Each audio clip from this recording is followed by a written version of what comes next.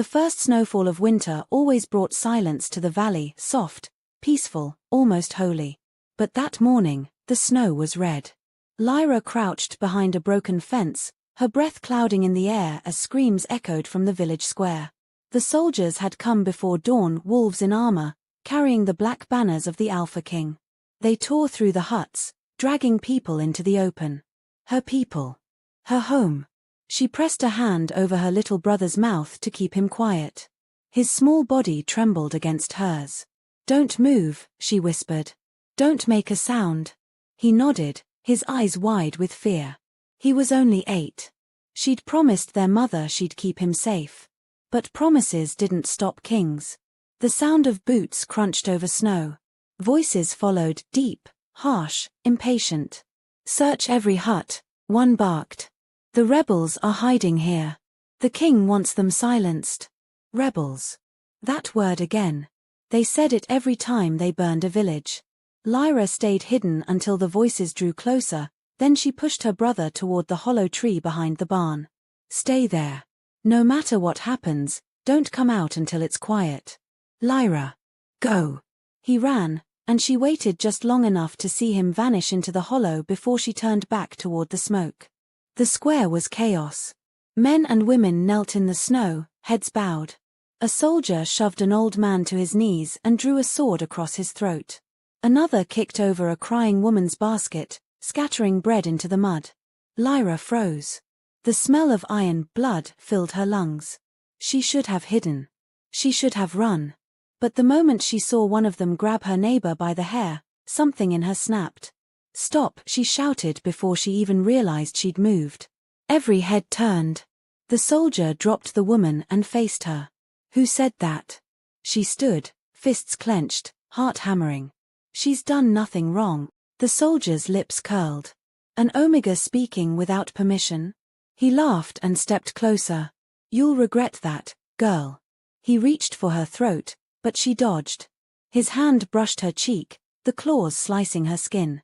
The sting was sharp, then hot, then gone. And suddenly, the air changed. Something deep inside her chest tore open. The sound around her warped, dimming under the rush of her heartbeat. The snow sparkled brighter, almost glowing. The soldier grinned, thinking she was frozen in fear. Pathetic little. He never finished. Her hand moved faster than thought, grabbing his own blade and driving it into his chest. The sound was wet and final. He stared at her, eyes wide, then crumpled into the snow. Silence. For one heartbeat. Then chaos exploded. "Kill her," someone shouted. But Lyra wasn't the same girl anymore. The world blurred. Her body moved like smoke, like instinct given shape. Every swing of a sword met her counter. She tore through armor, through muscle, through fear itself. She didn't remember screaming, but her throat burned. She didn't remember thinking, but her hands never missed. By the time her vision cleared, the snow was painted red. Bodies lay everywhere, men who had come to conquer reduced to stillness. She staggered backward, the blade slipping from her fingers. Her breath came in gasps. The silence that followed was worse than the battle. The surviving soldiers, those who hadn't fled, stared at her with disbelief. One whispered, "She's possessed." Another growled, "An Omega can't." "Can't what?" she spat, though her voice shook. "Fight back." They circled her, blades trembling. None dared to move closer. Then the sound of heavy boots broke through the air. The men dropped to one knee instantly. "My king." Lyra's stomach twisted as the figure stepped through the smoke. He was tall, too tall. Cloaked in black fur, his armor slick with frost, his golden eyes glowing like twin suns through the storm. Power rolled off him in waves that made the air thick and hard to breathe. The Alpha King. He looked over the bodies, then at her, the blood-soaked Omega girl still clutching a fallen sword. For a long moment, neither spoke. Lyra's knees threatened to give way. Her fingers tightened on the hilt. She didn't know if she should run, bow, or die where she stood. The king's gaze was unreadable, but his voice was quiet, dangerous. "You did this." Her lips parted. "They attacked my village. They were mine," he said. "And they murdered my people." Something flickered across his face, surprise, Maybe. Or curiosity. Then his voice dropped lower, rumbling like distant thunder. Clean her, he ordered, and bring her to the palace. Lyra blinked. What? Did I stutter? His gaze didn't leave her. She killed my soldiers. She'll answer for it, before my throne. The remaining men obeyed instantly. They moved toward her, iron chains clinking. She backed away, panic clawing at her throat. No, don't touch me. They didn't listen. When the chains locked around her wrists, the cold burned worse than fire. The last thing she saw before the world blurred was the king's eyes, gold, sharp, and almost hungry. The journey to the palace took 3 days. They didn't treat her as a guest. Her wrists were bound, her ankles shackled, and every time she stumbled, a guard's whip reminded her to keep moving. She refused to cry. She had cried enough for a lifetime. When the gates of the capital rose before her, she almost forgot to breathe. The fortress looked carved from a mountain itself, its towers spearing the clouds. Wolves carved in black stone guarded the entrance. Banners of silver and onyx hung from the walls, each one bearing the same crest, a crowned wolf with a bleeding moon. The king's mark. The guards dragged her inside, through corridors lined with firelit torches and walls that seemed to whisper. The scent of fur, metal, and smoke filled the air. Finally, they threw her into a wide chamber and locked the door behind her. The room was nothing like the dungeons she'd imagined. It was a hall of polished marble, its floor slick with reflection. At the far end stood a throne carved from iron and wolf bone. And on it sat the Alpha King. He leaned against the armrest, watching her with that same unreadable expression. His hair was black as the storm outside, his jaw shadowed, his eyes catching the firelight like molten gold. He didn't speak right away. He simply watched her, studying, assessing, as though she were a puzzle he intended to solve. Lyra lifted her chin. If you brought me here to beg for forgiveness, you'll be waiting forever. The guards shifted nervously. No one spoke to their king like that. The king's lips curved, not into a smile, but something sharper. You're bold for a girl who should be dead. I should be a lot of things, she said, her voice shaking despite her efforts. But I'm not dead. Not yet. The words hung in the air. He rose from the throne, his movements smooth and slow. Every step echoed. When he stopped before her, she realized how massive he was, taller by a head, his presence almost suffocating. You killed 23 of my men, he said softly. How? She met his gaze, though her knees trembled. I defended myself. Defended. His voice darkened. You butchered trained warriors. Omegas can't even shift without permission from their alphas. So tell me, little one, what are you? Lyra clenched her fists. I'm no one. Liar. The word cut sharper than any blade. Something in his tone made her chest ache. He wasn't just accusing, he was certain. You expect me to believe a nameless Omega slaughtered half my patrol by accident? His eyes narrowed. No. You're something else. Something that shouldn't exist. He circled her slowly, every step calculated. The heat of his presence made her skin crawl. Do you even know what you are? I told you, she snapped. I'm no one. The king stopped behind her. His breath brushed her ear. Then why does the air tremble when you breathe? She turned sharply, chains clinking. Stop this. But he didn't. He stepped closer until the distance between them was barely a whisper. You could have run, he murmured. You could have begged. Yet you stood against my army. You killed for the first time and didn't die of fear. Her heartbeat pounded so loud it drowned the world. What do you want from me? He tilted his head. Truth. I don't have it. Then I'll take it. He reached out suddenly and caught her chin between his fingers. She tried to pull back, but his grip was firm, not cruel, but unyielding. His golden eyes met hers, and for a moment, everything else disappeared. She felt the weight of his power, the steady pulse of something ancient beneath his skin. And beneath her fear, something else stirred, something wild that recognized the same darkness in him. He noticed.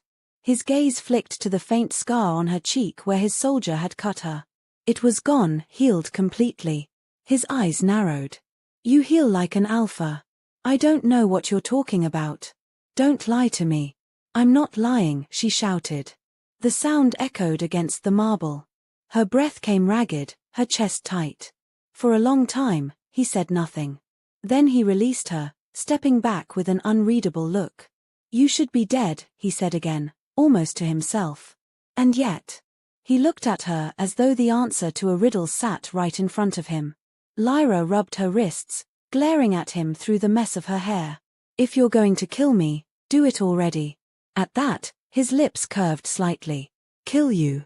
He leaned closer, and the gold in his eyes seemed to burn brighter. No. You're far too interesting to kill. The room went still. The guards exchanged uncertain glances. Lyra's stomach dropped. Then what will you do with me? The king straightened. You'll find out soon enough. His tone shifted, turning colder, commanding. Clean her. Feed her. And chain her in the north wing. I'll decide her fate after the moon rises. The guards hesitated. One dared to ask, my lord, she. The king's gaze snapped toward him. Did I ask for your opinion? The man bowed immediately. No, your majesty. Then obey. They moved fast after that. Two grabbed her arms, dragging her toward the doors. She fought them, shouting, You can't just keep me here. I can, Aldrich said quietly, almost amused. You killed my men. You belong to me until I decide otherwise. His words hit like a blow. She wanted to scream, to tear him apart, but the chains bit deep into her wrists. The heavy doors closed behind her with a thunderous boom. When silence returned, Aldrich stood alone in the great hall. He stared at the blood-stained floor where she had stood, his thoughts unreadable. Then, almost to himself, he murmured. An omega who bleeds like a queen, what have I found? Outside, the snow fell again, white, pure, and unknowing of the storm that had just begun. The Palace of Wolves was a world of cold stone and echoing silence. Lyra had been kept in a tower cell for 3 days. The walls were smooth, the floors polished, the window barred by black iron.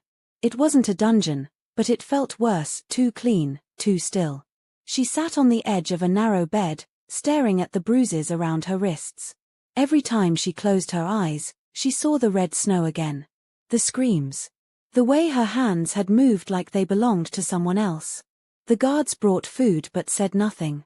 They never met her gaze. She didn't know if they feared her or pitied her. Maybe both. That morning, before dawn, the door creaked open again. A woman entered tall, dressed in silver armor. Her eyes were sharp but not cruel. The king summons you, the woman said. Lyra hesitated. Why? Do you think I'm trusted with his reasons? The warrior replied dryly. Chains waited for her again. The woman fastened them, almost gently. I'm Commander Nyra. Don't fight me, girl. You'll lose. Lyra muttered, maybe I'm tired of losing. Nyra gave her a long, unreadable look, then gestured toward the door. Move. They walked through torchlit halls that smelled of smoke and snow. Every guard they passed bowed to Nyra, not to Lyra. Whispers followed them like shadows. When the throne room doors opened, Lyra's breath caught. It was vast, vaulted ceilings draped with banners, a floor of black marble that gleamed like a frozen lake. Along the walls, nobles and courtiers watched her with disgust thinly veiled behind curiosity. At the end of the hall sat the Alpha King, his throne a beast of carved iron and bone. Firelight gilded the edges of his armor. His eyes were golden as a sun trapped in winter. Bring her forward, Aldrich said. Lyra's chains scraped the floor as Nyra guided her down the long aisle. When they reached the foot of the dais, Nyra knelt. Lyra did not. Gasps rippled through the crowd. Aldrich leaned forward. You refuse to kneel before your king. Lyra lifted her chin. You're not my king. A murmur swept through the room, shock, outrage, delight. The court lived for scandal. Aldrich smiled slightly. You have spirit. Most Omegas can't speak without shaking. Maybe you've never met one who stopped being afraid. He rose from his throne, every movement deliberate. Then tell me, fearless one, how did you become what you are? How did an Omega slaughter my soldiers? Her voice came quiet but sharp. Maybe your soldiers deserved it. The crowd erupted. The king raised a hand, and silence fell instantly. He stepped closer, studying her face. You speak like someone who doesn't know her place. Maybe I don't have one. He tilted his head, as if fascinated by the idea. You will. By the end of this night. Lyra's heart thudded painfully. What do you mean? Instead of answering, Aldrich gestured to Nyra. Release her. Nyra hesitated, but she obeyed. The chains fell from Lyra's wrists, clattering to the floor. Aldrich turned to the gathered court. You all saw what she did. You all know the stories. Half a patrol dead. An Omega who fights like a demon. He turned back to Lyra. So we will see the truth of it. He clapped his hands once. The doors at the far end of the hall opened. A warrior strode in, massive, scarred, his armor dented from 100 battles. This is Commander Tauren, the king said. You will fight him. Lyra's stomach dropped. What? Aldrich's smile didn't reach his eyes. Prove you are what I saw that day in the snow. Or die trying. Tauren's grin was all teeth. He drew his sword and saluted mockingly. I'll make it quick, girl. Lyra glanced at Aldrich. You want a show? I want truth. The circle cleared. Nobles leaned forward in eager silence. Tauren charged first.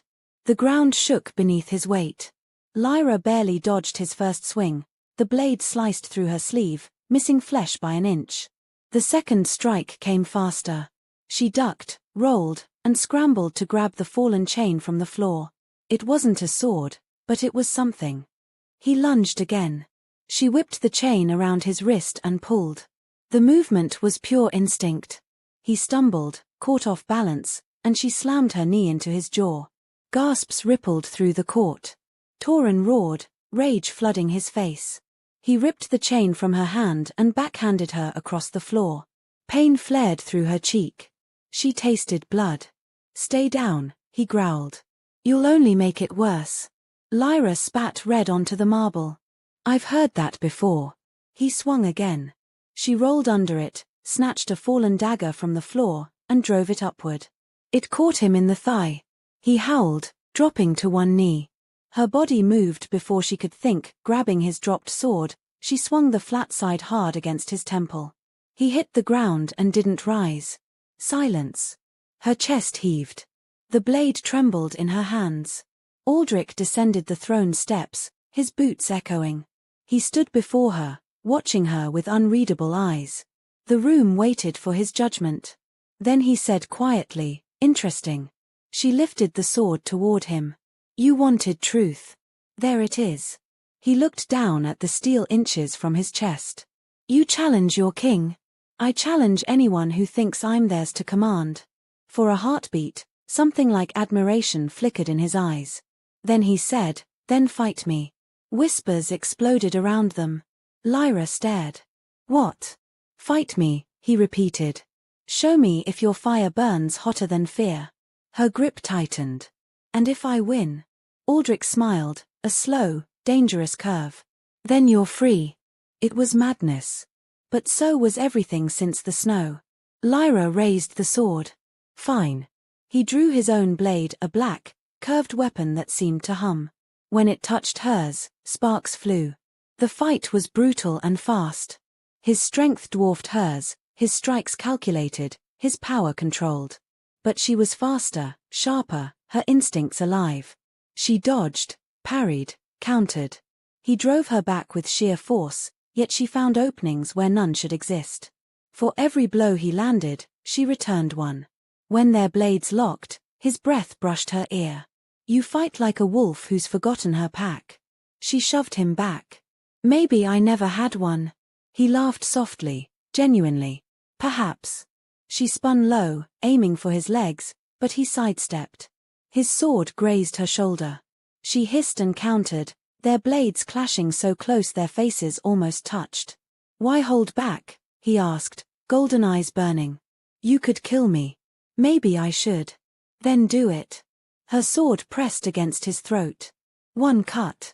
That's all it would take. But something in his gaze stopped her, curiosity, not fear. As if he wanted her to. Her arms shook. Why aren't you fighting back?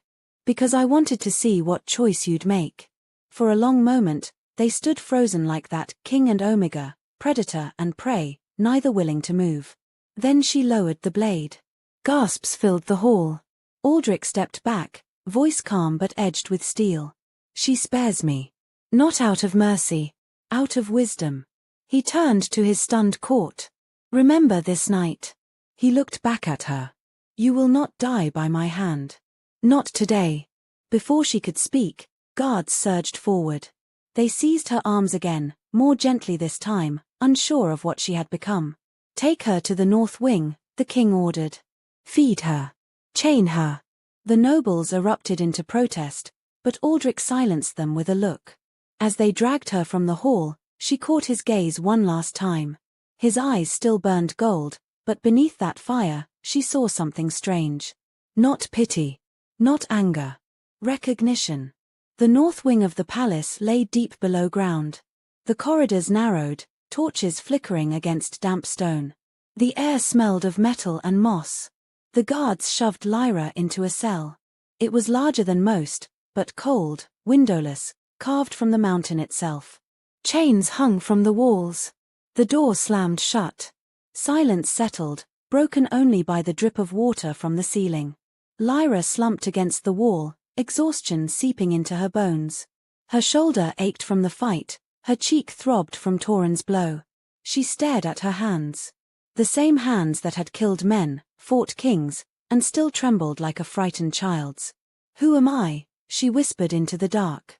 A low voice answered from the shadows. Not who you think.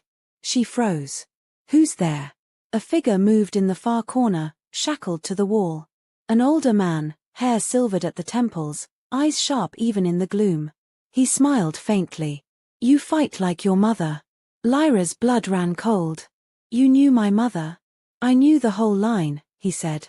Before they burned it from the records. What line? He leaned forward, chains rattling. You don't know, do you? Of course you don't. They hid you well. Speak clearly, she snapped. Who are you? He chuckled, dry as dust. A prisoner. A historian. A man who once served your father. She stared at him. My father was a farmer. No, the man said softly. Your father was a king. The words hit her like a blow. That's impossible. Is it?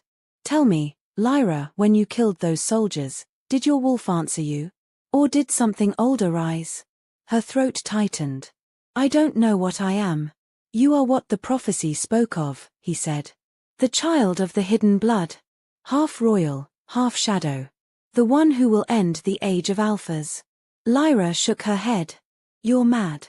Am I? He tilted his head. The king already senses it. That's why he didn't kill you. King Aldrich doesn't sense anything, she snapped. He only takes what he wants. The man's smile turned sad. Then be careful, girl. Because now he wants you. Before she could ask more, the cell door creaked open. Commander Nyra stood there, torchlight glinting off her armor. The king summons you again. Lyra blinked. Now. Now. The guards unshackled her and pulled her to her feet. As they led her out, she looked back. The old man met her gaze one last time. They call you Lyra, he whispered. But that's not the name your mother gave you. Lyra frowned. What are you talking about? His voice dropped to a whisper. Your true name is Aurea. The torchlight flickered, throwing his face into shadow. Remember it. The door slammed shut behind her. The name echoed in her mind with every step through the corridor. Aurea. She didn't know why, but it made her chest ache, like something lost had finally called her back. The guards brought her to a courtyard. Torches burned around a stone circle, an arena, empty but for one figure waiting at its center. The king. He turned when he heard her chains. Bring her forward. Nyra pushed her ahead, then stepped back. The gate closed behind them. What now? Lyra demanded. Aldrich studied her. You fought well against Tauren. I didn't ask to fight at all. Yet you won, he said quietly. You shouldn't have been able to. You shouldn't exist. And yet here you are. She glared at him. So kill me, If that's what you brought me for. He stepped closer until his shadow covered hers.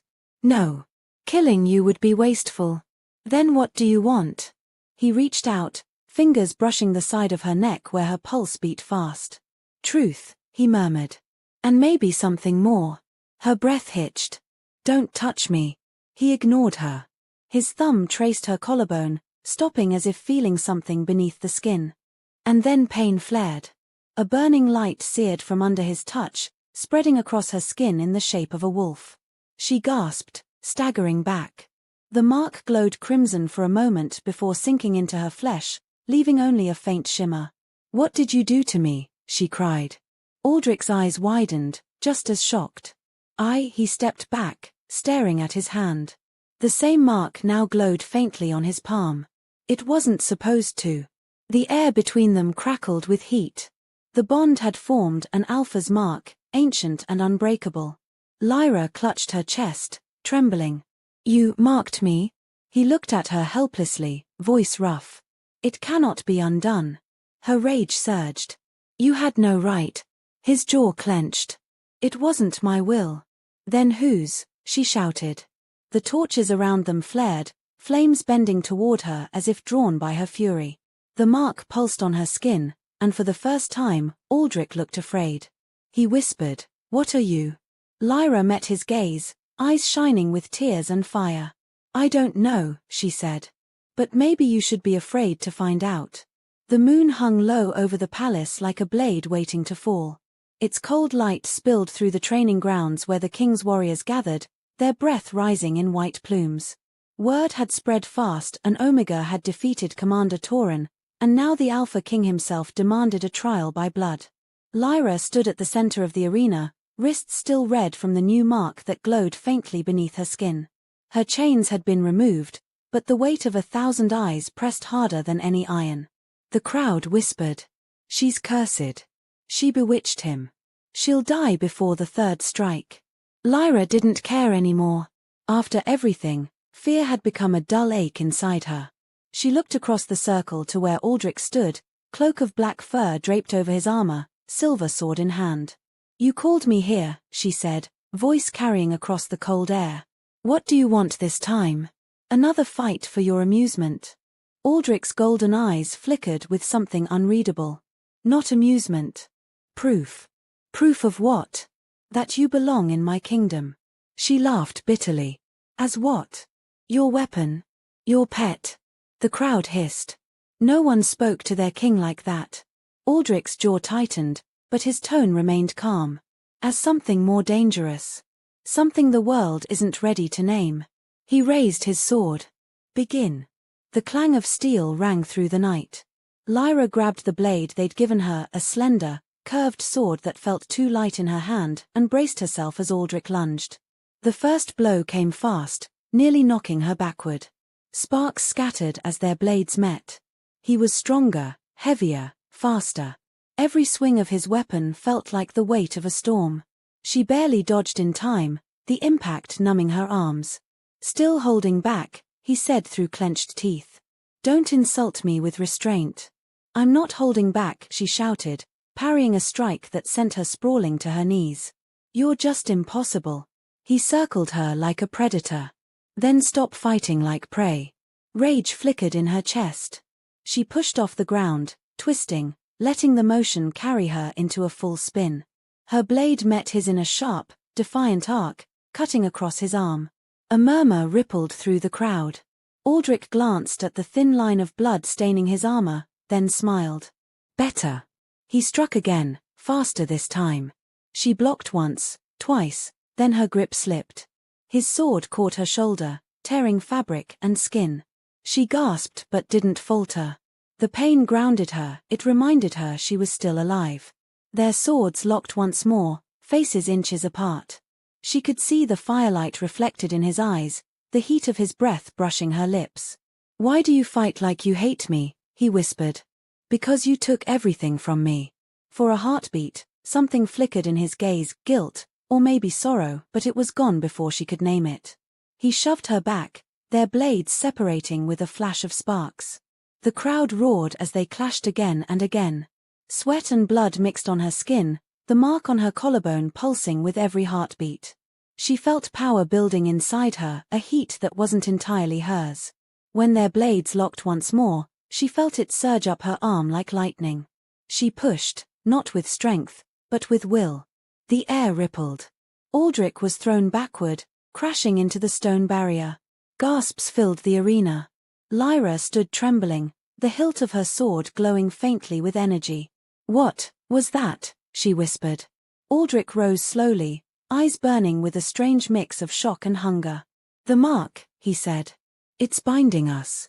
My power, your blood, it's reacting." Lyra's pulse hammered. "Then remove it." "I can't." The crowd leaned in, waiting for what came next. Aldrich stepped forward again, slower this time.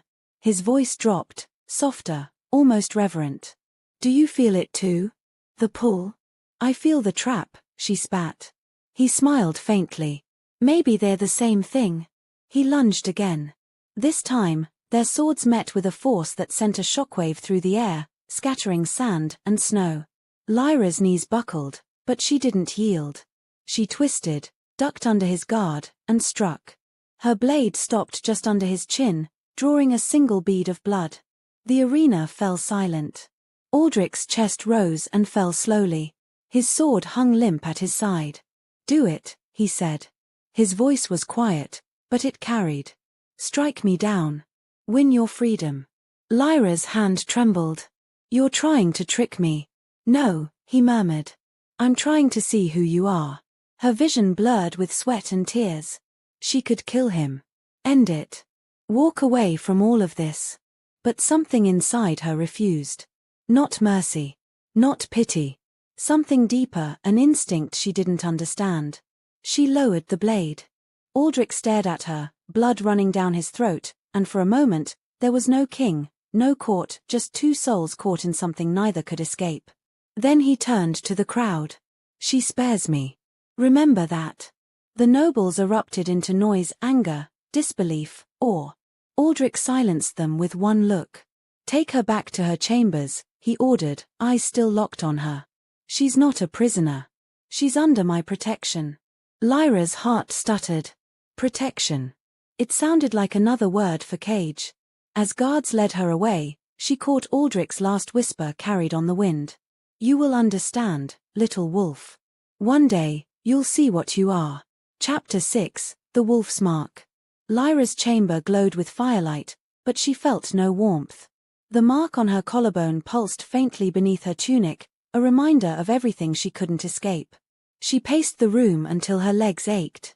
Every shadow seemed to whisper, every flicker of flame mocked her.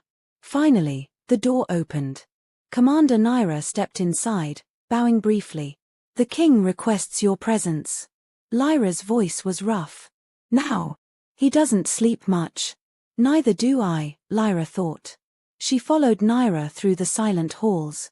The palace was eerily empty, the usual guards absent. They descended a spiral staircase that led to a vast underground corridor. Torches lined the walls, their light flickering across carvings of wolves and moons. At the end of the corridor stood a pair of heavy doors.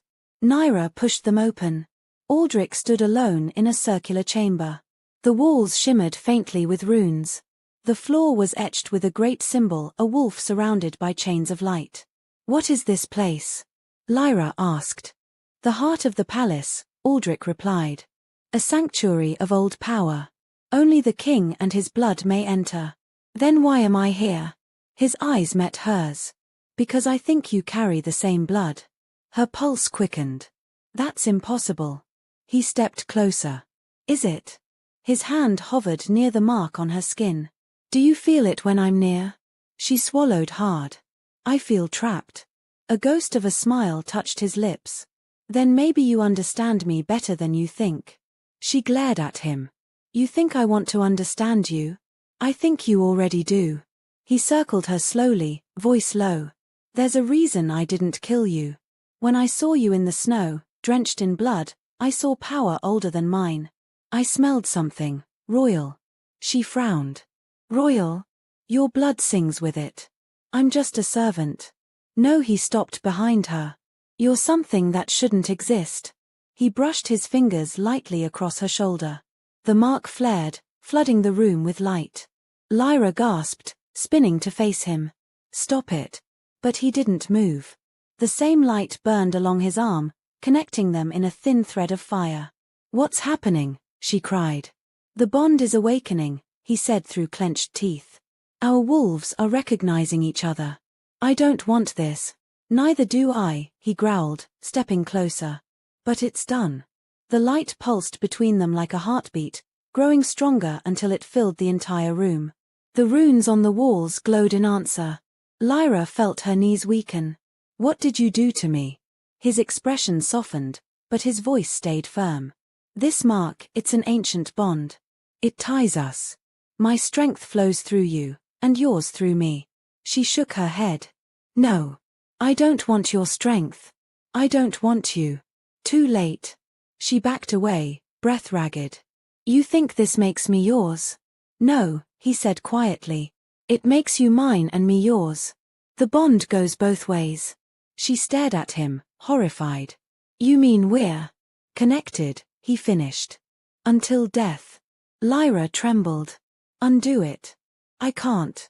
She turned away, her voice breaking. "You've doomed me." Aldrich stepped closer, but she raised a hand, flames flickering along her fingertips. The mark glowed brighter, reacting to her fury. "Don't," she warned. He stopped. His eyes, once filled with control, softened into something almost human. "You think I wanted this," he said quietly. "Do you know what it means for a king to share his power? It's blasphemy. My own court will call it weakness." "Then why did you do it?" His gaze locked on hers. "Because I didn't choose it. The bond chose us." Lyra pressed her hand to the mark, shaking.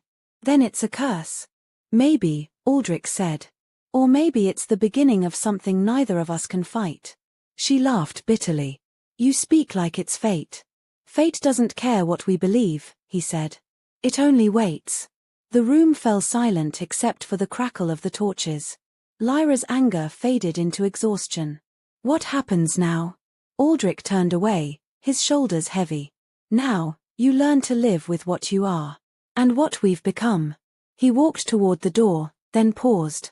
"The mark links more than power. You'll feel what I feel. When I bleed, you'll ache. When I rage, you'll burn." She stared at his back. "And when I hate you." He looked over his shoulder, a small, broken smile touching his lips. "Then I'll feel that too." He left her alone in the glowing chamber, the bond still burning faintly between them like a tether neither could break.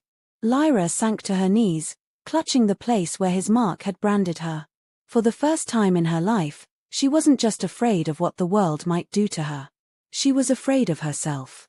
The palace felt colder after the marking. Servants bowed lower. Guards looked away when Lyra passed. Even the torches seemed to burn quieter, as though the walls themselves knew something unnatural bound their king and the Omega girl. The king had withdrawn into silence, rarely seen except at council.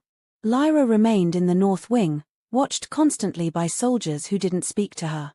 They treated her like a weapon, useful, dangerous, and best kept locked away. She didn't sleep much. The mark on her collarbone pulsed every night like a heartbeat that wasn't hers. Sometimes she swore she could feel his emotions through it: anger, exhaustion, flashes of something she didn't want to name. By the fourth morning, she couldn't take the stillness anymore. She demanded answers. The guard at her door didn't move when she shouted, "I want to see the king." He said nothing. Lyra gritted her teeth. "Fine. Then I'll go to him myself." The moment she stepped into the hall, 2 more guards blocked her path. "By order of His Majesty, you are not to leave this wing." "Then tell His Majesty that his bondmate is done being a prisoner," she snapped. That word, bondmate, made one of them flinch. But before either could respond, Commander Nyra appeared at the far end of the corridor. "Let her through," Nyra said. The guards hesitated. "Commander, the king." "I'll take responsibility." They stepped aside. Nyra nodded to Lyra. "Follow me." They walked in silence through the twisting hallways until they reached the Grand Council chamber. Voices echoed within, low, angry, full of venom. Lyra paused at the doorway. Inside, A long table stretched beneath the banners of every wolf clan. Around it sat the most powerful nobles in the realm, alphas of ancient bloodlines, their eyes hard as ice. At the head of the table stood King Aldrich, tall and still, hands resting on the hilt of his sword.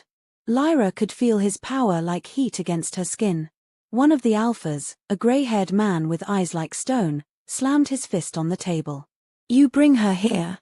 After what she's done?" Aldrich's voice was calm. "She is part of this kingdom now. She is a curse," another spat. "Our soldiers fear her. The people whisper. You've bonded with a demon." Lyra's hands clenched. Aldrich's gaze swept across the room. "She is no demon. She is under my protection." "That's worse," the grey-haired alpha snapped. "Your protection means she has power, authority. Will you let an Omega sit at your side while our sons bleed for your pride?" A murmur of agreement rippled through the room. Aldrich's eyes darkened. "Choose your words carefully, Lord Mirek." Before the man could reply, the chamber doors creaked open again. Every head turned as Naira entered, leading Lyra into the room. Gasps echoed. The nobles rose from their seats, some reaching for weapons. "She shouldn't be here," one shouted. "She's a prisoner." Lyra's voice cut through the noise. "Then stop talking about me like I'm not standing right here." The room fell silent. Aldrich's gaze met hers, sharp, warning, but she ignored it. Lord Mirek sneered. "The creature speaks." Lyra stepped forward. "Creature, I've seen how you treat your kind. Maybe you should look in a mirror before calling anyone that." Laughter broke out, harsh and mocking. Aldrich slammed his hand on the table. "Enough." The sound echoed like thunder. The laughter died instantly. He looked at Lyra. "You shouldn't be here." She met his gaze without fear. "You marked me. You said I was part of your kingdom. Then let me see what kind of kingdom it is." His jaw tightened. "This is not the place." "Then where is?" she demanded. "Where I can't speak, can't move, can't breathe." The tension in the room thickened until even the air seemed to freeze. Lord Mirek rose again, eyes blazing. "She insults the crown. End this farce. Kill her and break the bond before it destroys us all." Aldrich turned his head slightly.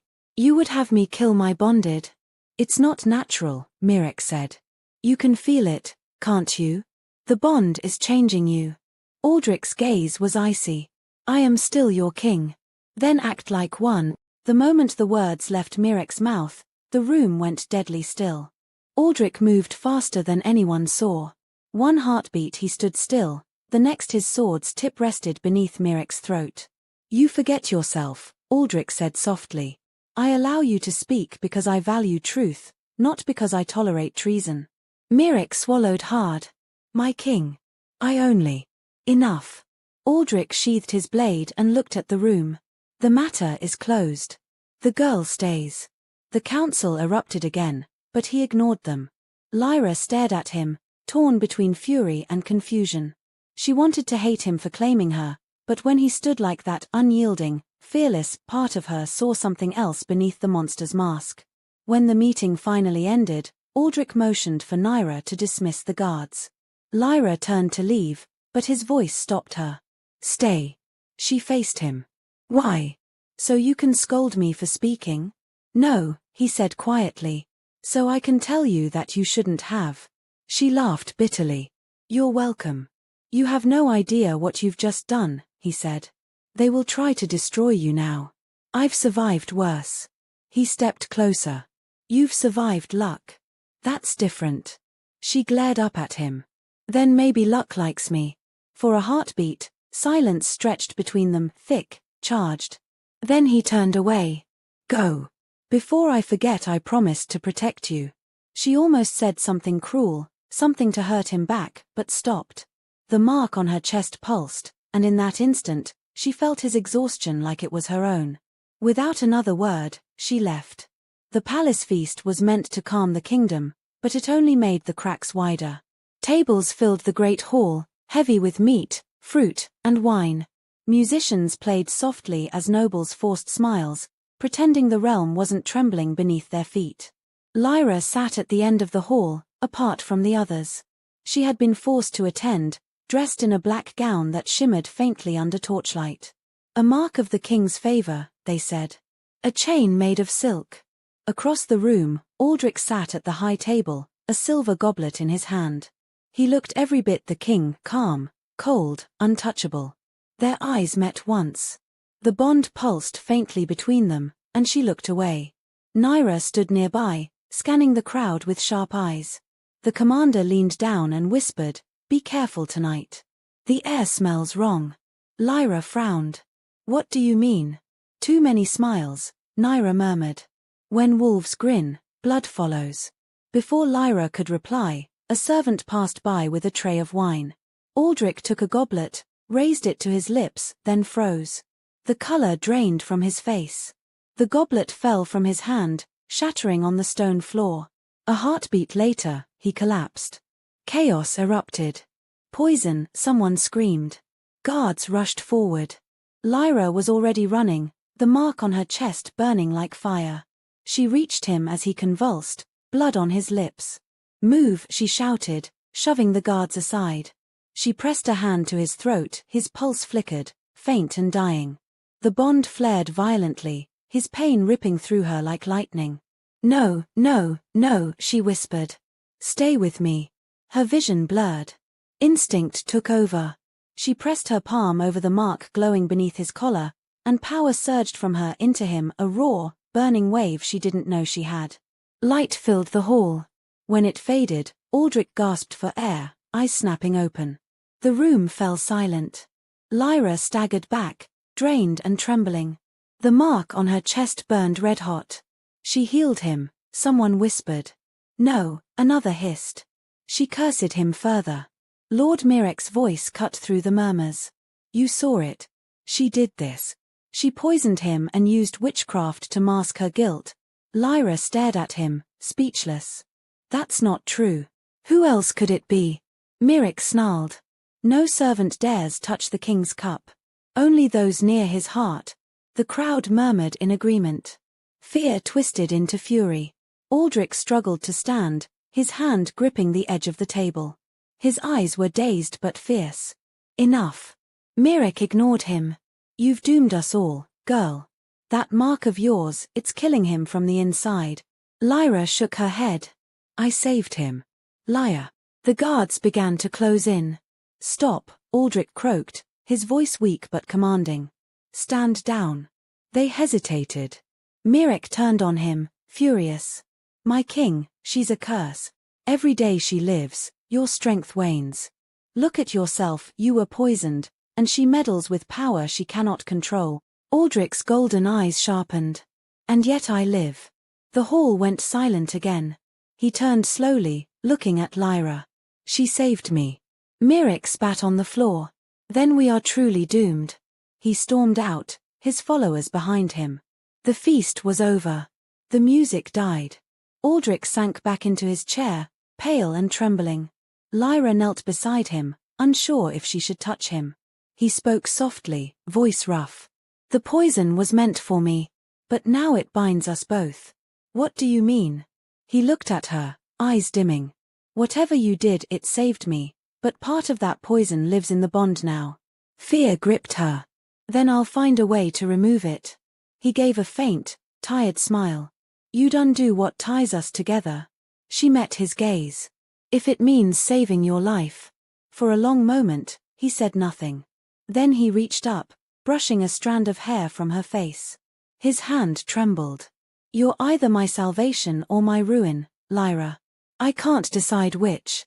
"Maybe I'm both," she whispered. His hand dropped. "Go.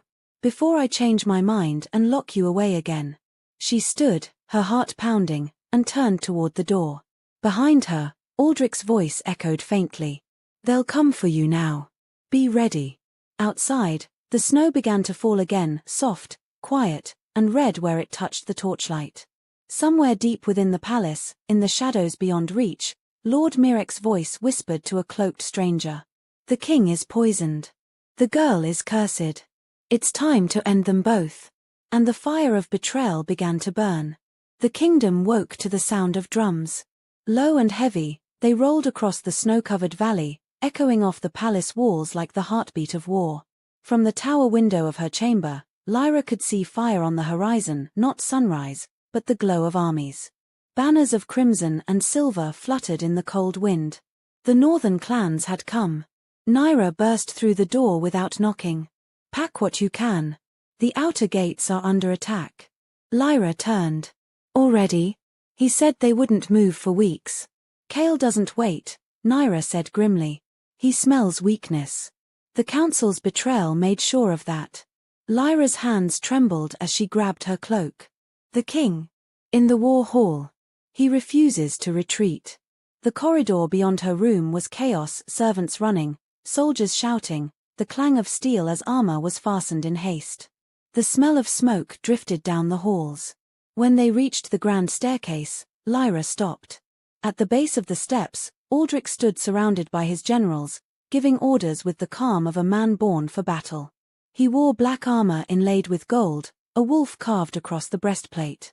Blood from the poison still marked the corner of his mouth, but his voice was steady. "Hold the western wall," he commanded. "Send the healers to the lower city. Evacuate the children first." Then his gaze lifted, finding her instantly through the crowd. "Lyra," he said, his voice carrying even through the din. "With me." Nyra bowed and stepped back as Lyra descended the stairs. When she reached him, Aldrich's eyes swept over her, relief flashing briefly. "I told you to stay in the north wing.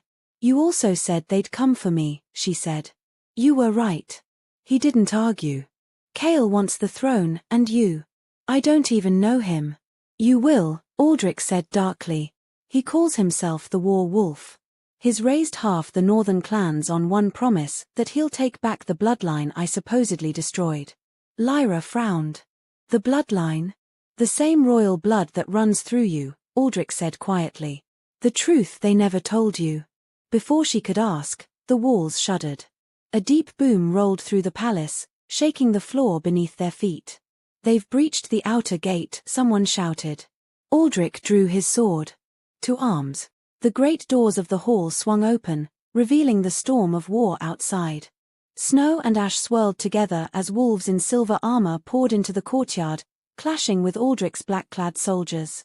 Lyra's heart pounded. She could feel the mark on her chest burning again, answering the chaos around her. "Stay behind me," Aldrich ordered. "No." He glanced at her sharply. "What?" "I'm not hiding while your people die. This isn't your fight." She met his eyes, fire in hers. "Then why does it feel like it is?" For a moment he stared at her, then he nodded once. "Very well. Stay close." They plunged into the battle together. Steel met steel. Arrows hissed through the air. The courtyard became a storm of blades and blood. Lyra fought beside him, every movement guided by instinct she didn't understand. When a soldier lunged at Aldrich from behind, she spun, her blade flashing, and cut him down before he could strike. Aldrich caught her wrist, surprised. "You fight like a trained alpha." "Maybe I'm remembering what I never learned," she said, panting. "Then remember faster."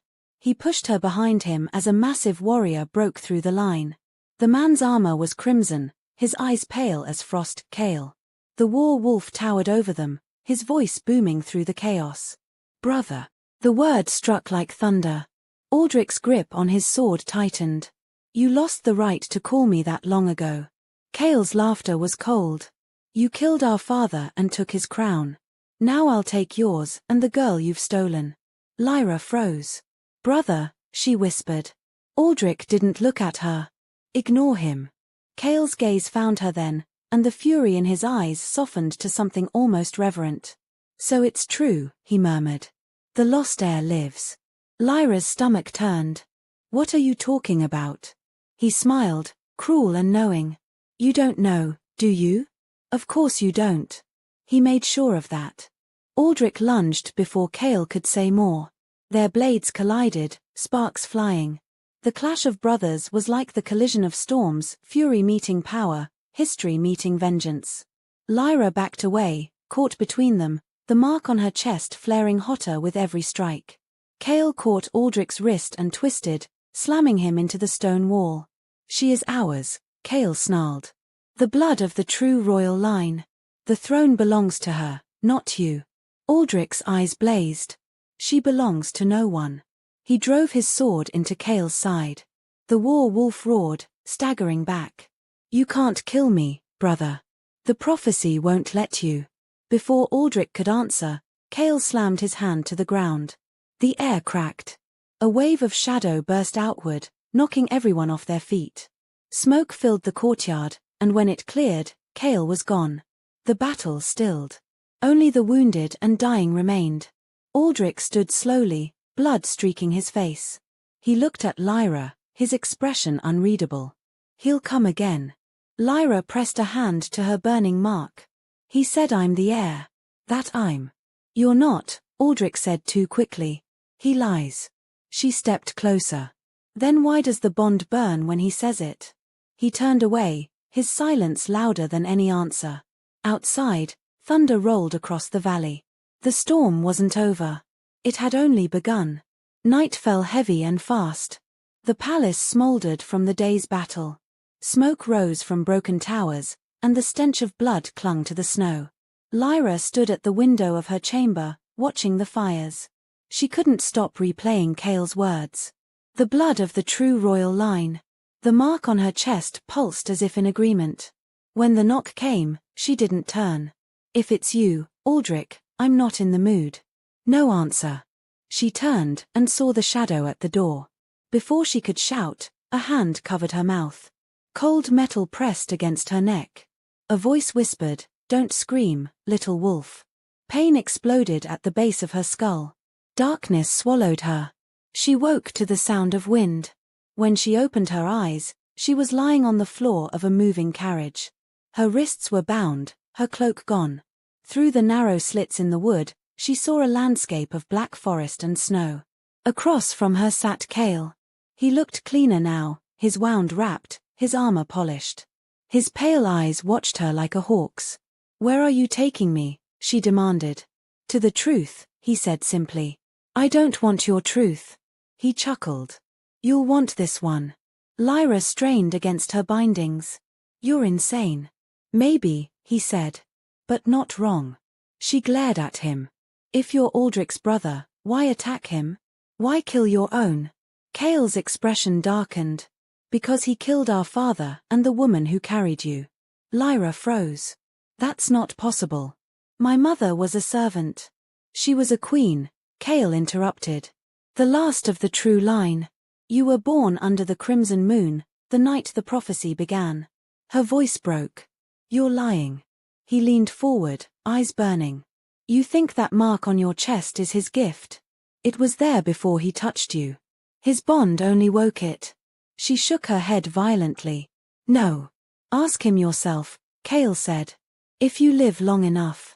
The carriage stopped. The door opened to reveal a fortress carved into the mountains, jagged, ancient, surrounded by mist.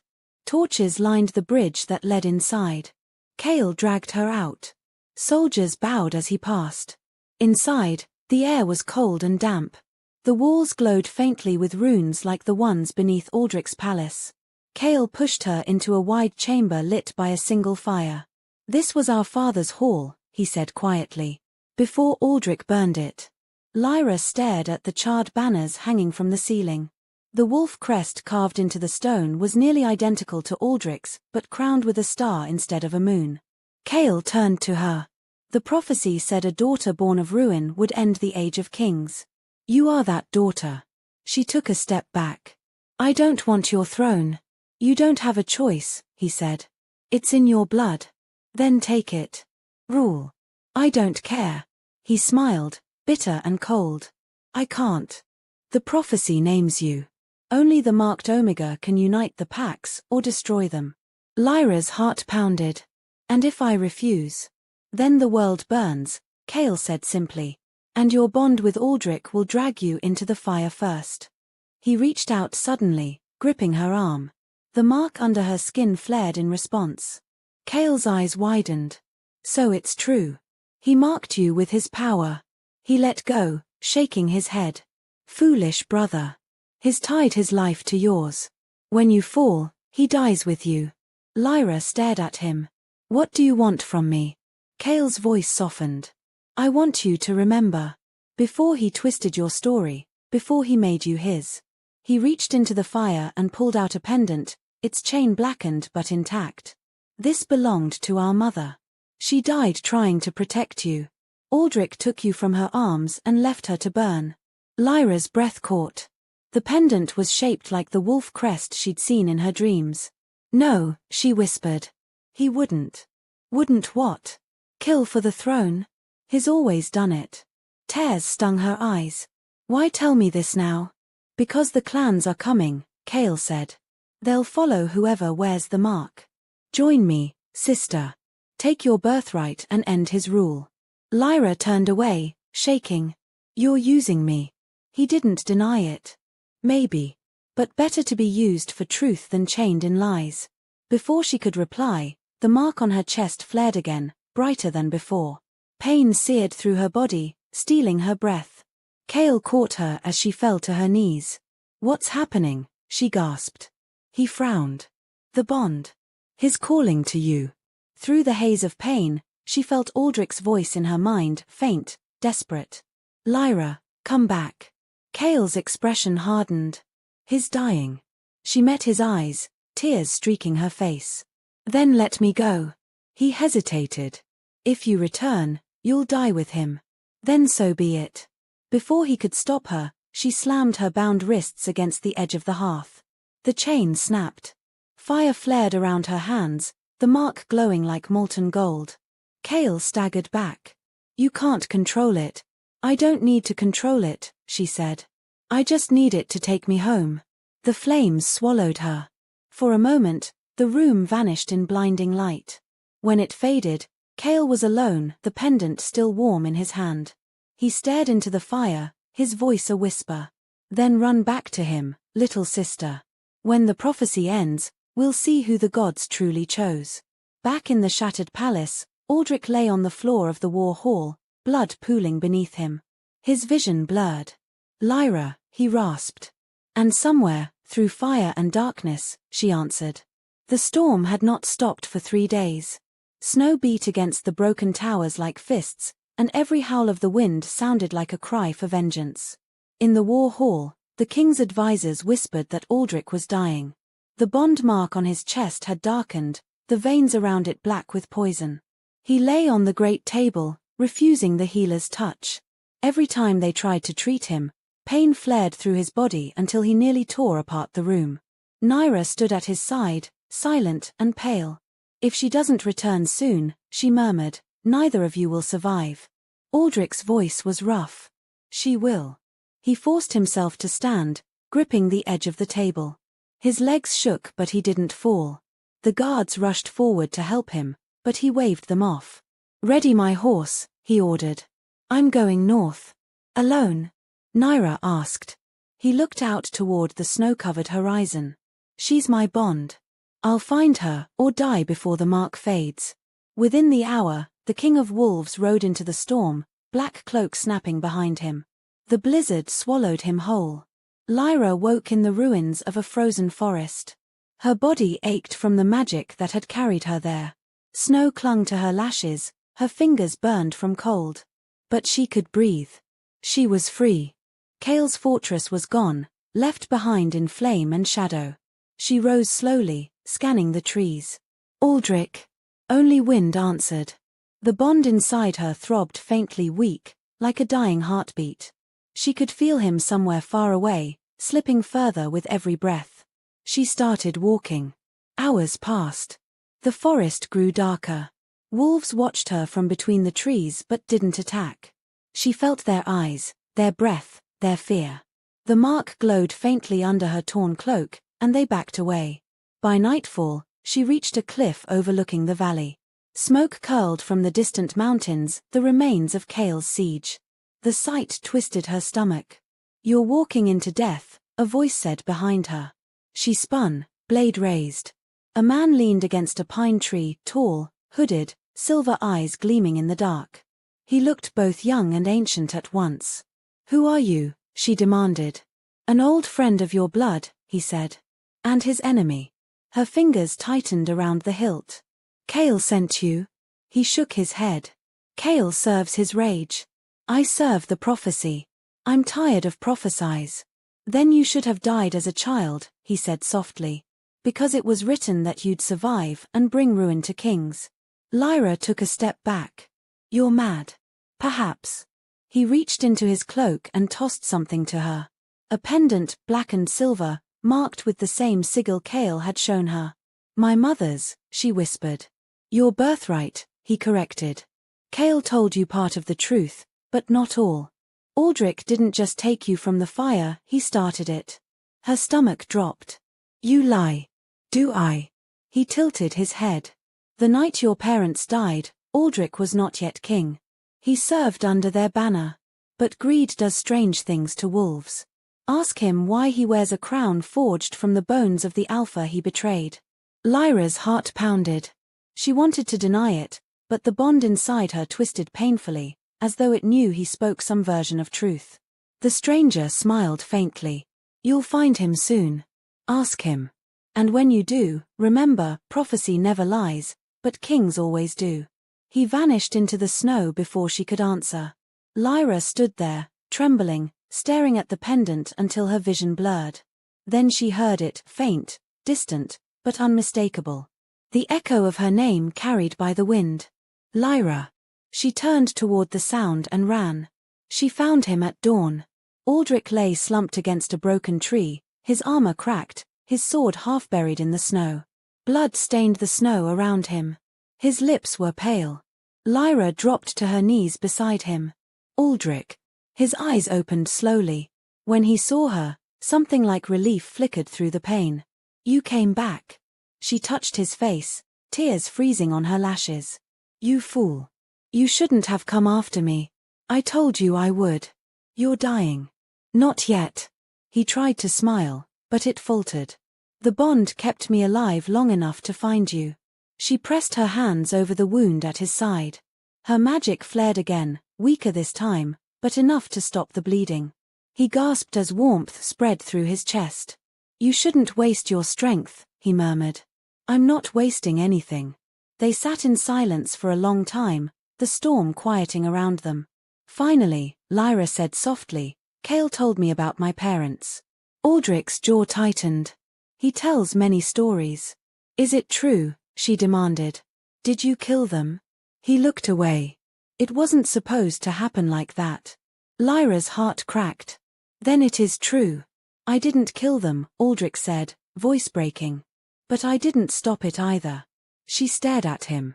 Why? I was ordered to destroy their stronghold. They were accused of treason against the crown. I believed it then. I didn't know a child was inside, I didn't know you were. Lyra stood, shaking. You burned my home. He bowed his head. Yes. She wanted to scream, to strike him, to end him, but the bond wouldn't let her. It burned with a pain that mirrored his own. You're a monster, she whispered. Maybe. He looked up at her, eyes hollow. But I've been paying for it ever since. Every war I fought, every life I took, it all led back to that fire.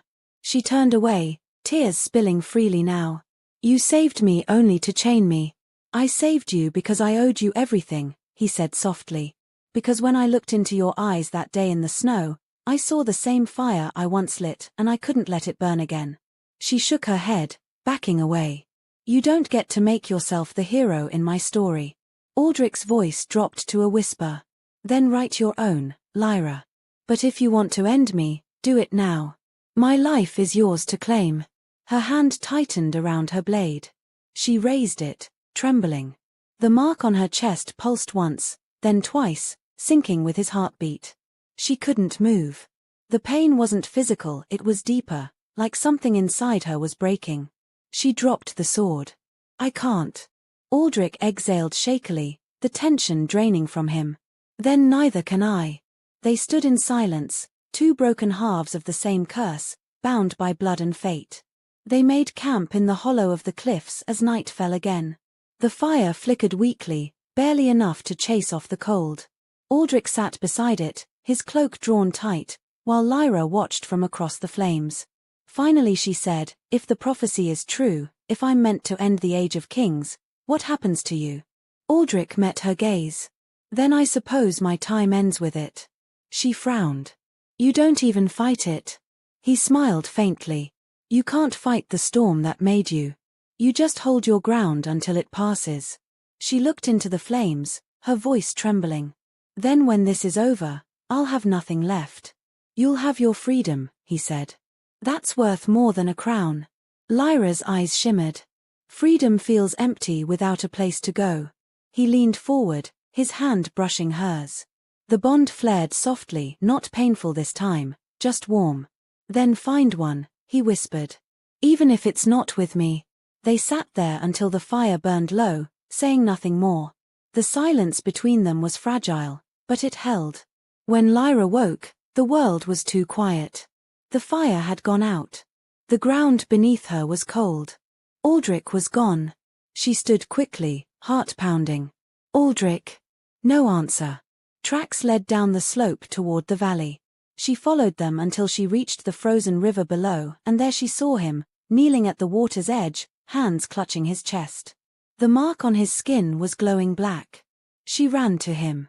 What's happening? He looked up, eyes wild with pain. The poison, it's spreading through the bond. It's using our link. Lyra knelt beside him. Then let me help. No. He grabbed her wrist, voice breaking.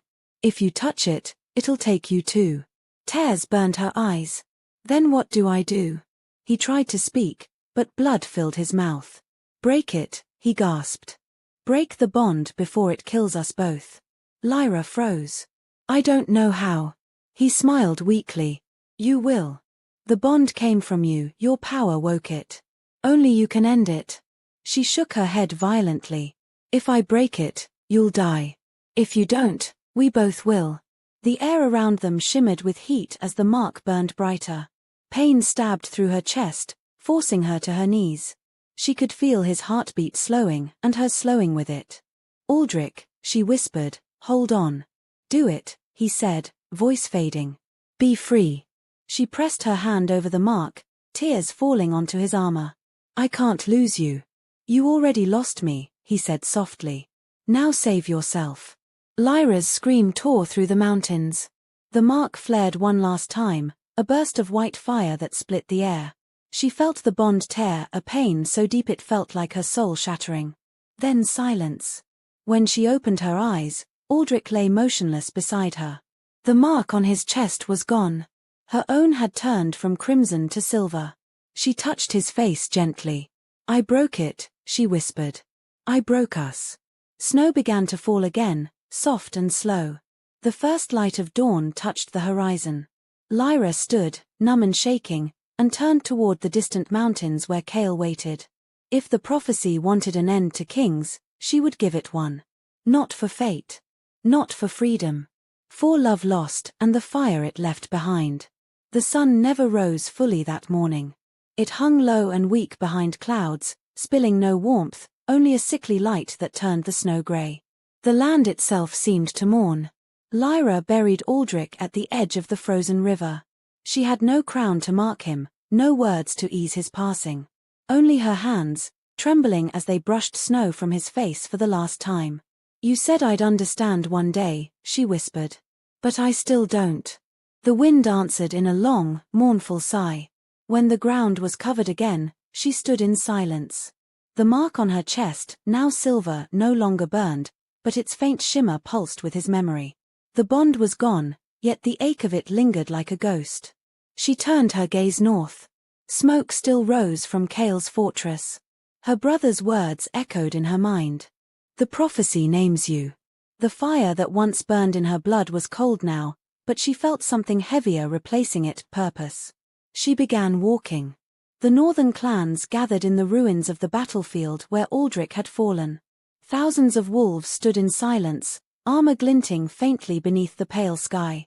At their head sat Kale, his cloak dark as pitch, his eyes hard with triumph. He looked up when he saw her approaching through the mist. I knew you'd come, he said. Lyra stopped several paces away, the wind tugging at her cloak. I came to finish what you started. Kale's mouth twitched into a smirk. You mean what our parents started? My parents wanted peace, she said. You want power. He stepped down from the dais, boots crunching in the snow. Peace is the dream of the weak. Power is what keeps us alive. She met his gaze coldly. Then you sound just like him. That made him pause. Aldrich. You hated him, she said, but you learned well from him. The same hunger. The same belief that strength makes you right. Cale's expression hardened. Don't compare me to the butcher who stole everything from us. He didn't steal me, she said quietly. You both lost me, he to guilt, and you to vengeance. For a moment, Cale looked almost human, hurt, even. Then his face turned to stone.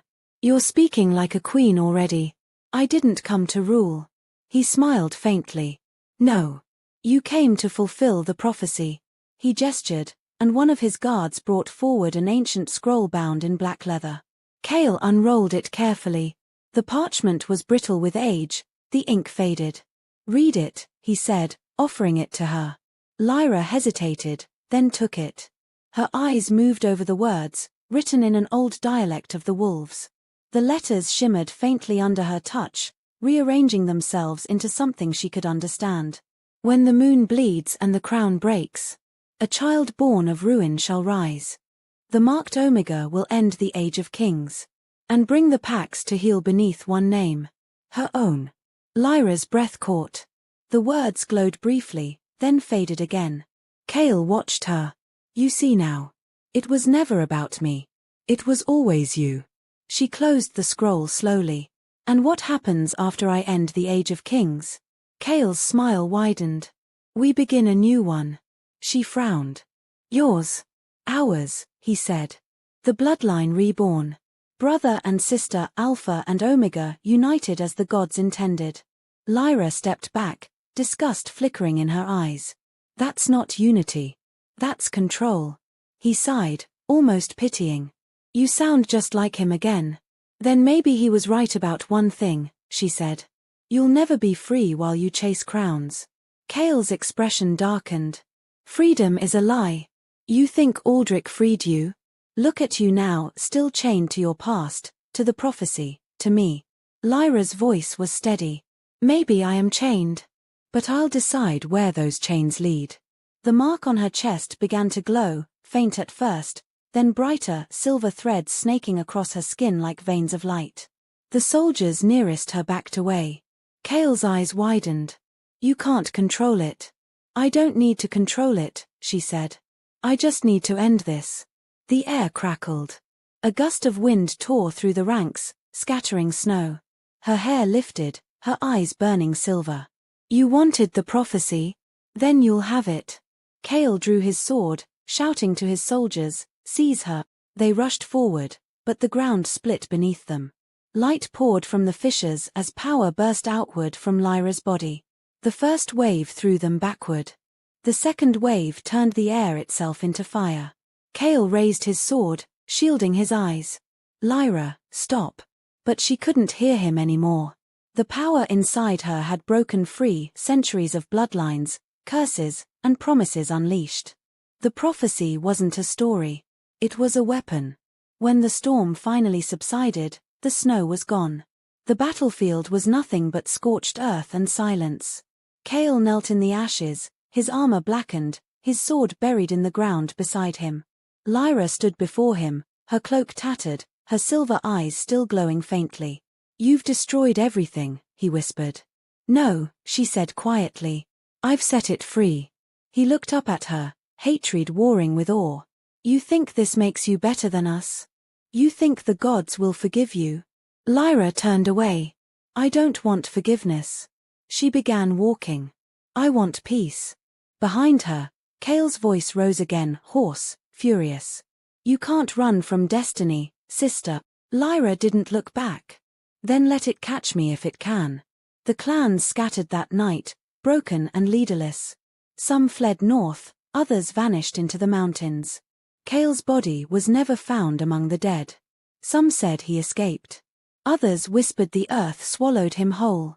Lyra wandered south for days, avoiding the surviving soldiers who hunted both her and Aldrich's name. Every night, she dreamed of the river and the grave she left behind. Every morning, she woke with the same thought: there had to be something beyond war, beyond blood. But the prophecy wasn't finished with her yet. By the time she reached the old capital, weeks later, the city was dying. The council had seized control after Aldrich's fall, declaring themselves a temporary rule until a new king could be chosen. The streets were filled with fear. Wolves who once served the crown now served themselves.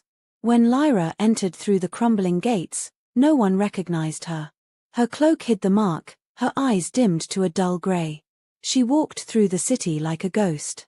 Every face she passed carried the same expression: loss, exhaustion, hunger. It wasn't just the war that had broken them. It was hope itself. That night, she found the council in session inside the palace's shattered throne room. They argued loudly over who would claim the crown. No one noticed her at first as she stepped quietly through the doors. Until the wind followed her in. The torches flared.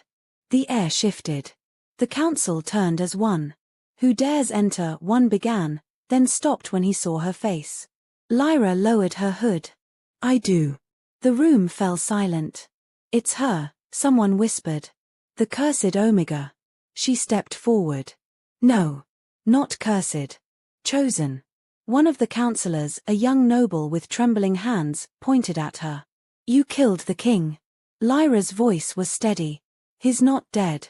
He lives in the peace you wasted." The elder councillor slammed his fist on the table. "You have no right to speak here." She raised her hand. The mark flared once, silver light spilling across the room. "Then let me take what rights remain." The councillors stumbled back as the throne behind them cracked. The iron wolf emblem above it shattered and fell. The sound echoed through the hall like the end of an era. Lyra climbed the steps slowly and turned to face them. "The Age of Kings," she said softly, "is over." The palace burned again that night, but this time by her command. Lyra watched the flames climb the tower walls from the courtyard below. She had given the servants gold and freedom, told them to leave before dawn. Those who had once called her cursed now called her queen, but the word felt hollow. There would be no more thrones after tonight. The fire reflected in her eyes as Nyra approached, soot on her armor, exhaustion etched into her face. "It's done," she said. "The council is gone." "What now?" Lyra looked toward the horizon. "Now we rebuild." Nyra frowned. "With no ruler? No crown? With no chains," Lyra said. "The wolves will govern themselves. They've forgotten how, but they'll learn." Nyra hesitated. "And you?" Lyra smiled faintly. "I'll go where I'm needed. For the first time, I'm not bound to anyone." Nyra nodded, though her eyes glistened. "He would have been proud of you." Lyra looked back at the flames. He already was. They stood in silence for a long time. The palace crumbled slowly, embers drifting into the sky like dying stars. When the last tower fell, Lyra turned and began walking away. Each step felt lighter than the last. She traveled through villages broken by war, healing what she could, teaching the people to rule themselves. Some called her the Omega Queen. Others called her the Wolf of the End. She didn't correct them. Names no longer mattered. In every settlement, she told the same story. The world doesn't need kings. It needs balance. Power shared, not claimed. Strength used to protect, not to rule. Her mark shone only when she spoke those words, as if the prophecy itself approved. Seasons passed. The snows melted. The land began to breathe again. Yet sometimes, when the wind was right, she swore she could still hear him, Aldrich's voice, soft as memory. "You were meant to rule." And she would whisper back, "Then I rule by letting them live free." Years later, on a quiet evening, Lyra returned to the river where she had buried him. The grave had vanished under moss and wildflowers. The water ran clear again.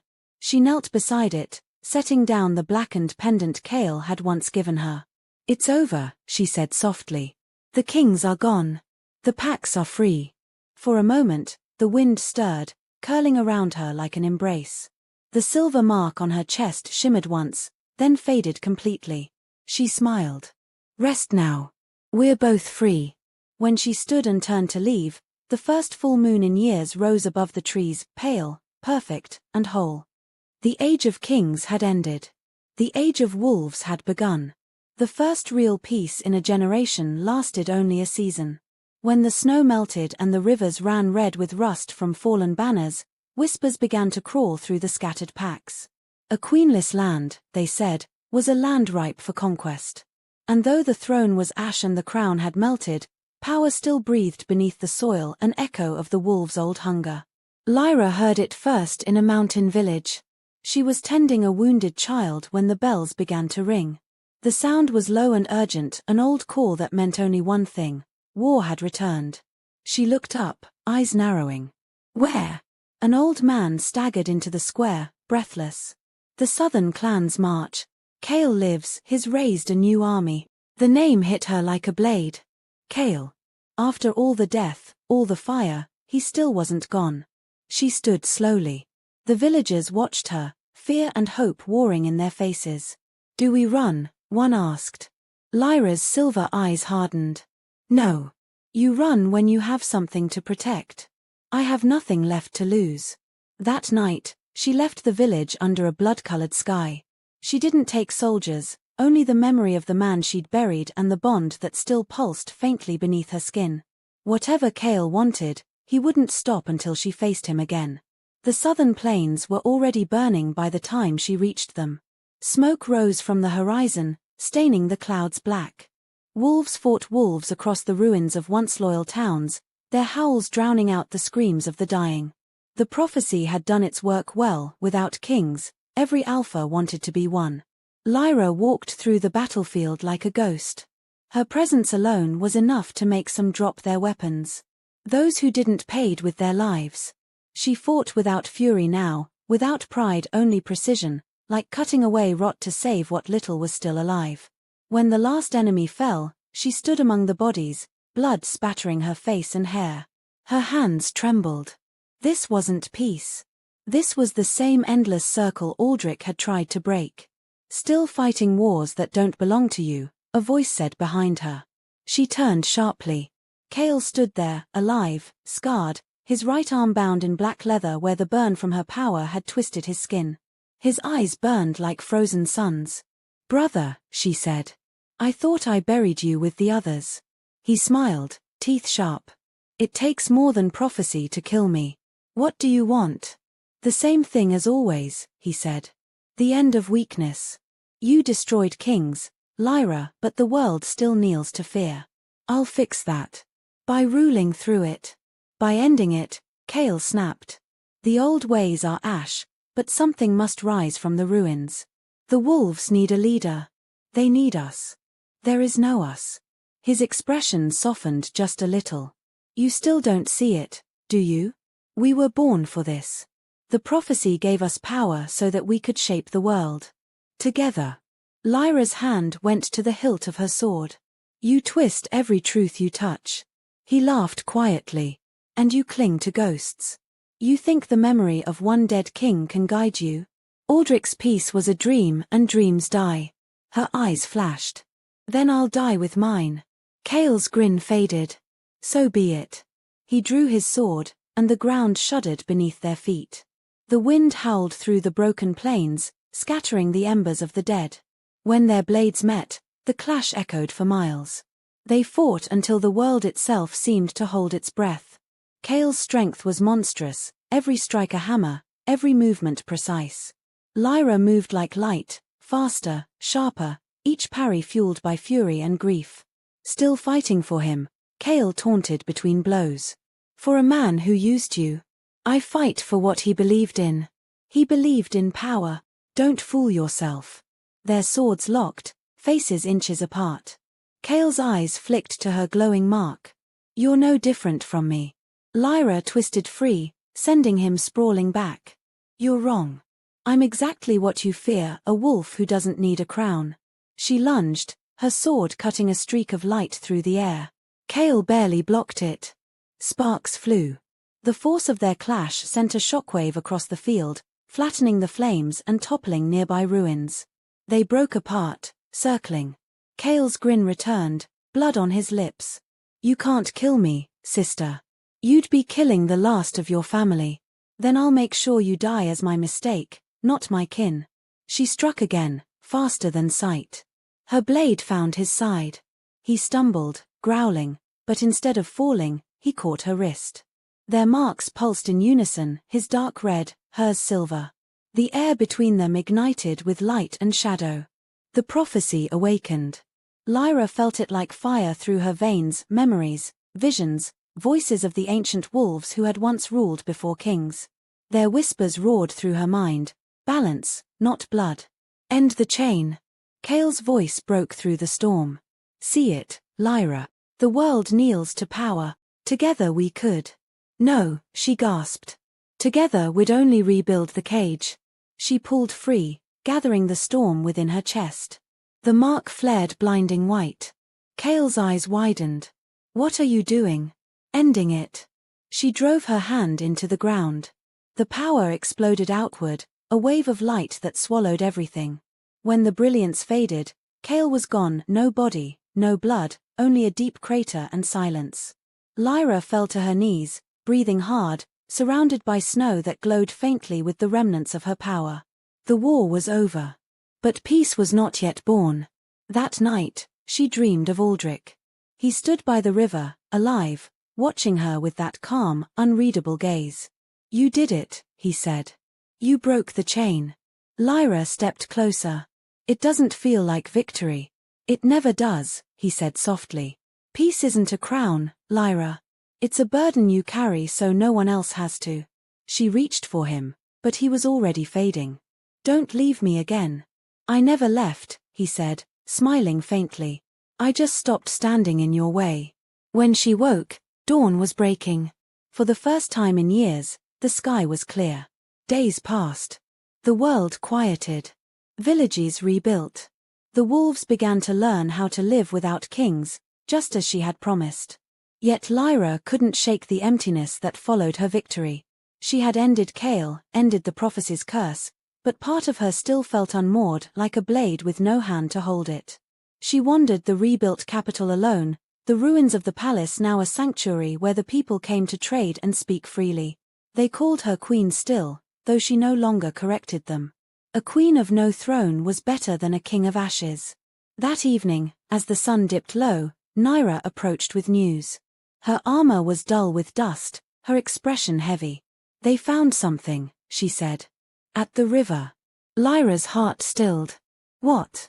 Lyra handed her a piece of metal Aldrich's sword, half buried in the mud but untouched by rust.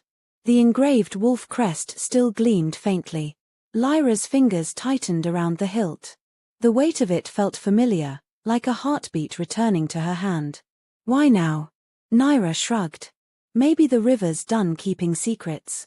That night, Lyra couldn't sleep. She sat by the fire, the sword across her knees, staring at the reflection of the flames along its edge. Memories came in waves, his laughter, his fury, the way his voice could shake the air when he said her name. The mark on her chest pulsed once, faintly. Then, outside, the wind shifted. A whisper rode it, soft, distant, but unmistakable. Lyra. She froze. No. The voice came again, closer. Lyra. She rose, sword in hand, and stepped into the night. The village was quiet, the sky dark and cloudless. At the edge of the woods, a shadow moved. A tall figure stood half in light, half in darkness, his eyes glowing faintly gold. Her breath caught. Aldrich. He stepped forward slowly, and for an instant she saw him as he had been to the king, proud and fierce. But his skin was pale, his presence cold. I thought you were dead, he said, his voice low and distant. Perhaps I was. But the bond we shared never truly died. She gripped the sword tighter. What are you? An echo, he said. The mark bound more than life. When you broke it, you scattered me across the veil. But the world called me back. Lyra's heart pounded. Why? He smiled faintly. Because something worse is coming. The wind howled. The forest bent as if bowing to some unseen force. Kale's death woke the old gods, Aldrich said. The prophecy's end broke the barrier they were sealed behind. And now they hunger again, for blood, for dominion. Lyra shook her head. No. It's over. It never ends, he said quietly. You've torn down thrones, Lyra, but you've also torn open the sky.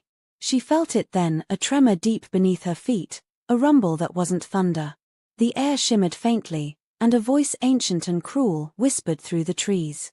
Daughter of ruin, you cannot unmake what was promised. Aldrich stepped closer, his eyes fierce. You can fight them. You're the last who can. She stared at him, trembling. And you? What are you now? Ghost? God? He reached out, and for a moment, his hand brushed her cheek. It was warm, real. I'm whatever you need me to be.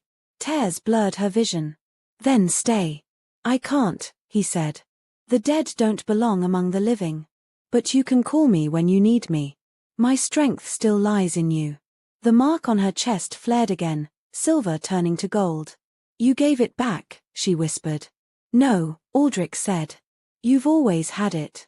He began to fade, his outline dissolving like mist. Don't let them win, Lyra. The world is watching. And then he was gone. Lyra stood alone beneath the whispering trees, her sword gleaming faintly in the moonlight. Somewhere far off, thunder rolled again, but it wasn't a storm. It was the sound of something vast and ancient stirring awake. She lifted her gaze to the horizon. Then let them come, she said softly. The age of kings is over. Now begins the age of wolves, and I'll show the gods what that means. The wind carried her words into the night, across the silent plains, toward the dawn of a new and uncertain war. The wind turned bitter again. The sky, once bright with promise, dimmed to the color of bruises. The rivers froze in midstream, and the howls that echoed through the mountains no longer belonged to wolves, they were older, deeper, carrying the weight of something not born of earth. Lyra stood on a high ridge, cloak snapping in the icy wind, staring down at the valley below. The world she had tried to rebuild was unraveling. Fires burned in abandoned villages. The ground quaked as if the land itself feared what was coming. The first of the gods had awakened. They were called the Forgotten, ancient beings who had once ruled before the first wolf had taken human form. Their hunger had shaped the world, and when the wolves rebelled, Aldrich's ancestors had sealed them beneath the ice. But Lyra's power, the breaking of the prophecy, had undone that prison. Now the sky was splitting. She saw it happen one night as she camped by the ruins of an old temple. The stars flickered, vanished, and then came back as something else, blood-red, pulsing faintly like veins in the heavens. A voice rolled through the night, low and thunderous. The child of ruin walks the earth again. The fire went out instantly. The ground shuddered beneath her. She rose, sword drawn, heart hammering. Show yourself, she said into the darkness. Something moved beyond the trees, a shadow with eyes like coals and antlers made of flame. It stepped into the clearing, tall as a tower, its body made of shifting smoke and bone. Who are you? Lyra demanded. The creature tilted its head. I am the first breath, the last hunger. I am the god your kind forgot. It took another step forward, and the air thickened until she could barely breathe. Why are you here? She asked. To reclaim what is ours, it said. You broke the chains of the kings. You ended their reign. Now the world belongs to the old blood again. Lyra's grip tightened. I didn't free you to serve you. The god's laugh was like stone grinding against bone. You didn't free us at all. You simply opened the door. And now you stand in it. Its voice grew softer, almost tender. Join us, daughter of ruin. Rule beside us. The mortals will kneel again, and you will be their bridge to the divine. Lyra raised her sword. No. I ended the age of kings. I won't start the age of monsters. The god's smile was all teeth. Then you will die with your false mercy. It lunged. The world exploded into motion, trees splitting, snow turning to ash. Lyra rolled aside, slashing upward. Her blade cut through its smoke flesh, and silver light flared. The god screamed, its form scattering into the wind, but its laughter echoed long after it vanished. You cannot kill hunger, it whispered. You can only feed it. When silence returned, Lyra sank to her knees, gasping. The ground beneath her was cracked and blackened. The scent of burned earth filled her lungs. The war of gods had begun. By morning, The first refugees arrived from the north. They spoke of rivers boiling, of forests that moved like living things, of statues that bled when touched. Lyra sheltered them in the ruins of the old palace, turning the shattered hall into a sanctuary once more. But she knew it wouldn't last. The gods were spreading, dozens of them, each with their own dominion: storm, shadow, plague, war. The veil that had once divided mortal from divine was gone, and the world was cracking under the weight of their return. She called a meeting of the surviving Alphas, the elders, and the seers. They gathered beneath the broken roof of the palace, the air thick with fear and disbelief. "This is our doing," one elder said bitterly. "You broke the prophecy, and now the world breaks with it." Lyra stood at the center of the room, her expression calm but cold. "If I hadn't, we'd still be slaves under crowns." "At least the world made sense then," another snapped. "Did it?" Lyra's voice cut through the murmurs. "Did it make sense to kill each other over power? To kneel while the gods laughed? You think this war is punishment? It isn't. It's a test." "A test?" someone scoffed. "Of what?" "Of whether we deserve to survive." The room fell silent. The weight of her words hung heavy in the air. Nyra stepped forward from the shadows. "And how do we fight gods?" Lyra's eyes gleamed faintly silver. "By remembering we once were their equals." She lifted her sword, letting the faint light dance across its surface. The blood of wolves came from them, but it also defied them. That defiance is our weapon. A murmur spread through the hall, fear mixed with awe. Lyra had become something beyond queen or warrior now. She was legend walking in flesh. That night, she stood alone at the edge of the city, staring into the dark horizon. The wind was full of whispers, some calling her savior, others calling her curse. She didn't know which to believe. Then the mark on her chest flared gold again.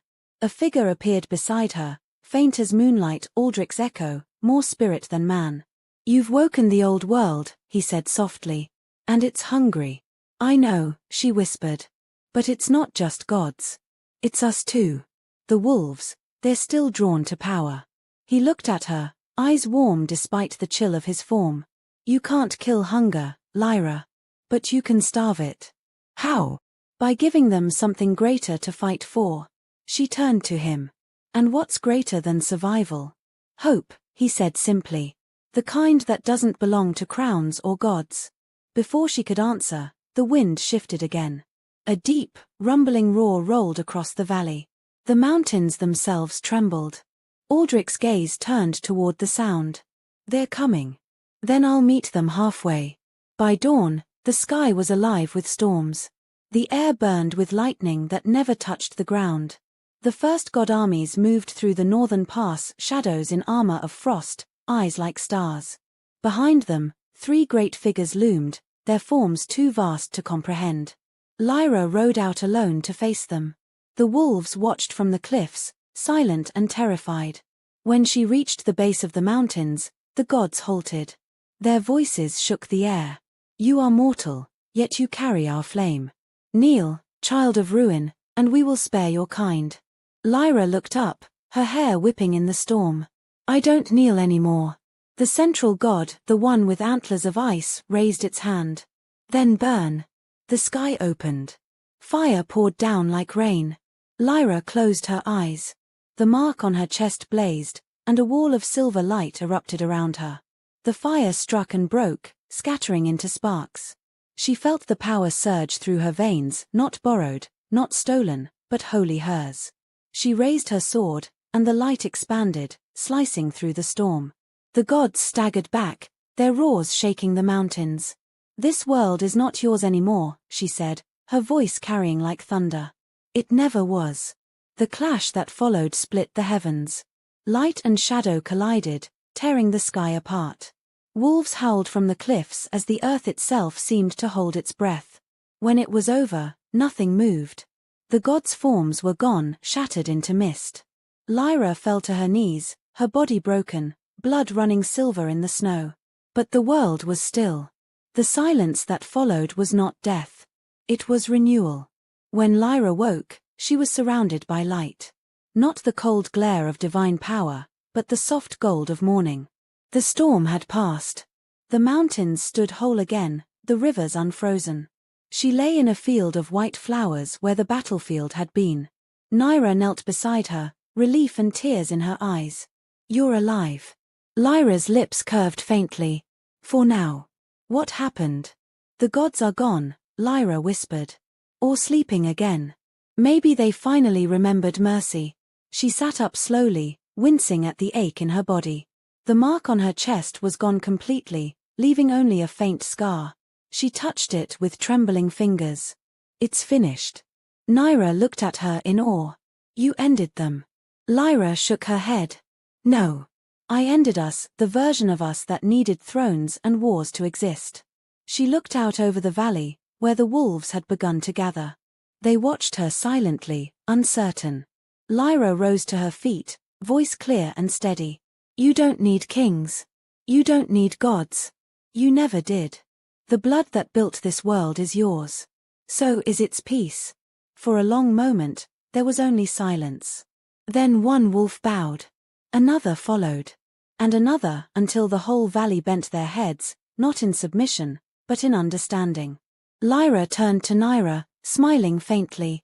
"Guard them well. I'm done leading." "Where will you go?" "Where no one remembers my name." She left the next morning, walking into the rising sun. The land was quiet again, the snow melting into streams that sang softly between the trees. She didn't look back. She didn't have to. The world was finally learning to live without crowns. At the edge of the horizon, she paused. A familiar warmth brushed her shoulder, a whisper of a presence. Aldrich's voice, faint but peaceful. "You did it." She smiled. "No. We did." The wind carried his laughter away, light as spring air. Lyra closed her eyes, breathed deep, and kept walking. The world turned beneath her feet, free for the first time in centuries. No kings. No gods. Only wolves. And in that endless dawn, she disappeared. The last queen of a world that no longer needed one. And so ends another chapter of the Omega Queen's rise, but her legend is far from over. The world she left behind still trembles, and the next storm is already forming. If you've walked this far with her, don't stop now. Hit that subscribe button, turn on notifications, and join the pack, because the next chapter might just rewrite everything you thought you knew. Drop a comment below. Do you think peace can survive in a world built on blood? This is only the beginning.